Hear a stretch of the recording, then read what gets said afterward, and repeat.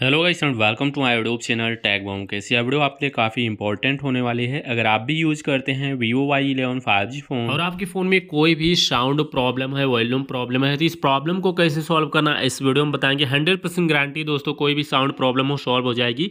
आप अपने फ़ोन के सेटिंग्स में आइए। फ़ोन के सेटिंग्स में आने के बाद कुछ ऐसा इंटरफेस आपके स्क्रीन पे शो होता है।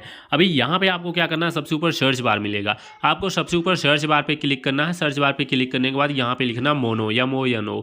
मोनो लिख के सर्च करिएगा। एक ऑप्शन आपको मिल जाएगा मोनो ऑडियो नाम से।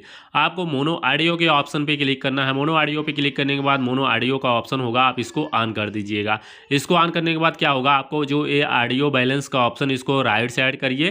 पहले आप कोई म्यूजिक चला लीजिए अपने फ़ोन में और चेक कर लीजिए ऑडियो बैलेंस राइट साइड करने पे, लेफ्ट साइड करने पे या बीच में यानी सेंटर में करने पे, कहाँ पे करने पे आपके फ़ोन में बढ़िया साउंड मिल रहा है वहीं पे करके इसको छोड़ दीजिए। इसके बाद आप बैक आ जाइए सेटिंग में, हल्का सा नीचे आइएगा। एक ऑप्शन आपको मिल जाएगा साउंड एंड वाइब्रेशन नाम से, आप इस पर क्लिक करिएगा। साउंड एंड वाइब्रेशन के ऑप्शन पे क्लिक करने के बाद गाइस आपको यहाँ पे ऑडियो बूस्टर का ऑप्शन मिलेगा।